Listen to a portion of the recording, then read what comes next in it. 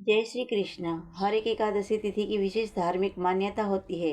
हिंदू पंचांग के अनुसार हर महीने की 2 एकादशी तिथियां पड़ती है। एक कृष्ण पक्ष में और दूसरी शुक्ल पक्ष में आती है। वहीं माघ में आने वाली एकादशी को षष्ठतिला एकादशी के नाम से जाना जाता है।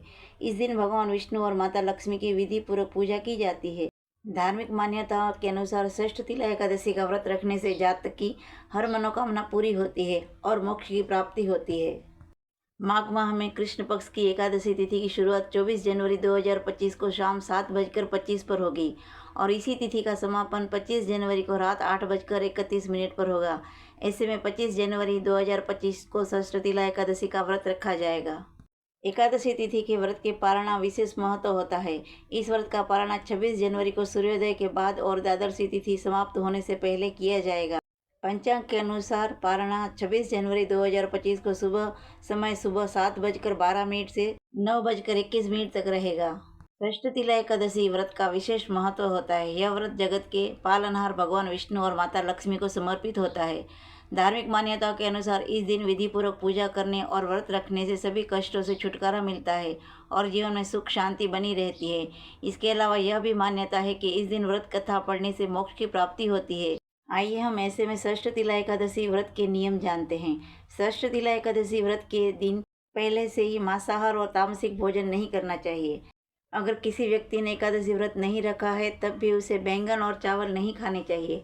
षष्ठतिला एकादशी के दिन भगवान विष्णु की पूजा में तिल का प्रयोग करें, उनको तिल का भोग लगाएं। धार्मिक मान्यताओं के अनुसार षष्ठतिला एकादशी का व्रत करने वाले व्यक्ति को व्रत के दिन फलाहार में तिल से बने खाद्य पदार्थ एवं तिल मिला हुआ जल ग्रहण करना चाहिए।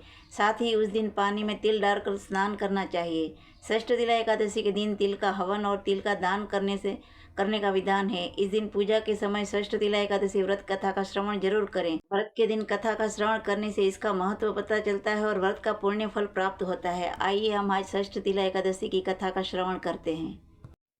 पौराणिक कथा के अनुसार प्राचीन काल में एक ब्राह्मण स्त्री थी। धार्मिक होने के कारण वह हमेशा पूजा पाठ और व्रत किया करती थी, हालांकि कभी दान पुण्य नहीं किया करती थी।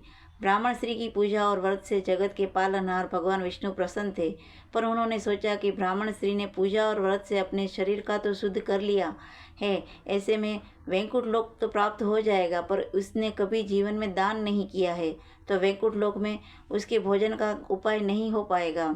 उन सभी बातों पर विचार करने के बाद भगवान विष्णु स्वयं उस ब्राह्मण स्त्री के पास पहुंच गए और उससे भिक्षा मांगी। भगवान विष्णु के वेश में साधु का ब्राह्मण स्त्री ने भिक्षा में एक मिट्टी का ढेला दे दिया। भगवान उस लेकर वैकुंठ लोक में लौट आए। कुछ समय के पश्चात उस ब्राह्मण स्त्री का देहांत हो गया और मरणोपरांत वह वैकुंठ लोक पहुँच गई।